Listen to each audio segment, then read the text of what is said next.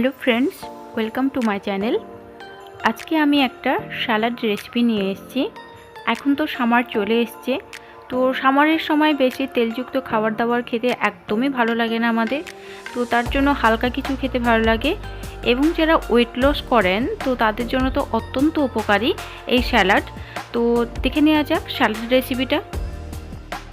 ছোলা নিয়েছি, ছোলাগুলো ভেজানো ছিল, তো ছোলা নিয়েছি। আর এখানে আছে শসা, এখানে আছে টমেটো কুচি করে কাটা আছে, আর এখানে আছে পেঁয়াজ, আর এখানে লঙ্কা আর লেবু নিয়েছি, আর এখানে লবণ আছে। তো আমি এক এক করে এগুলো দিয়ে দিই।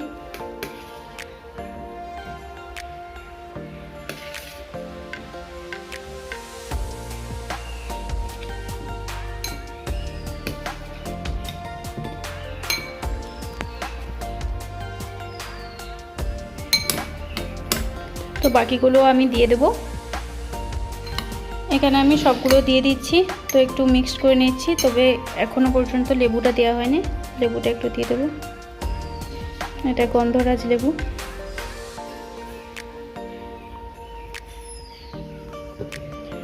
আর একটু পিঙ্ক সল্ট দেব।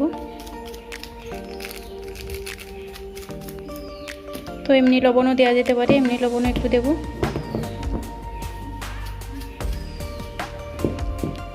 এর সঙ্গে একটু তেল দেওয়া যেতে পারে, সর্ষে তেল, তবে এটা অপশনাল, না দিলেও চলবে।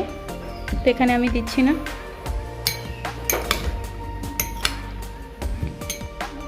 আর যেটা ইম্পর্টেন্ট সেটা হলো জিরে আর ধনে গুঁড়ো, এগুলো আমি ভেজে আগে থেকে গুঁড়ো করে রেখেছিলাম।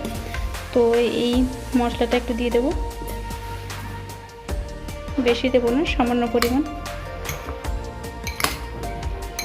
এটা মিক্সড করে নিলেই স্যালাড রেডি।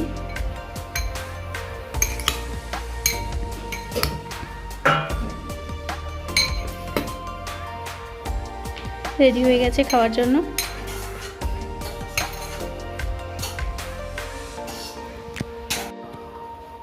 স্যালাডটা দেখতে যেমন কালারফুল হয়েছে, খেতেও কিন্তু ততটাই ভালো। তো আপনারা বাড়িতে অবশ্যই বানাবেন এটা, আর কেমন হলো অবশ্যই জানাবেন আমাকে। তো আজকের মতো এই পর্যন্ত, দেখা হবে অন্য কোনো ভিডিওতে। তো বাই বাই।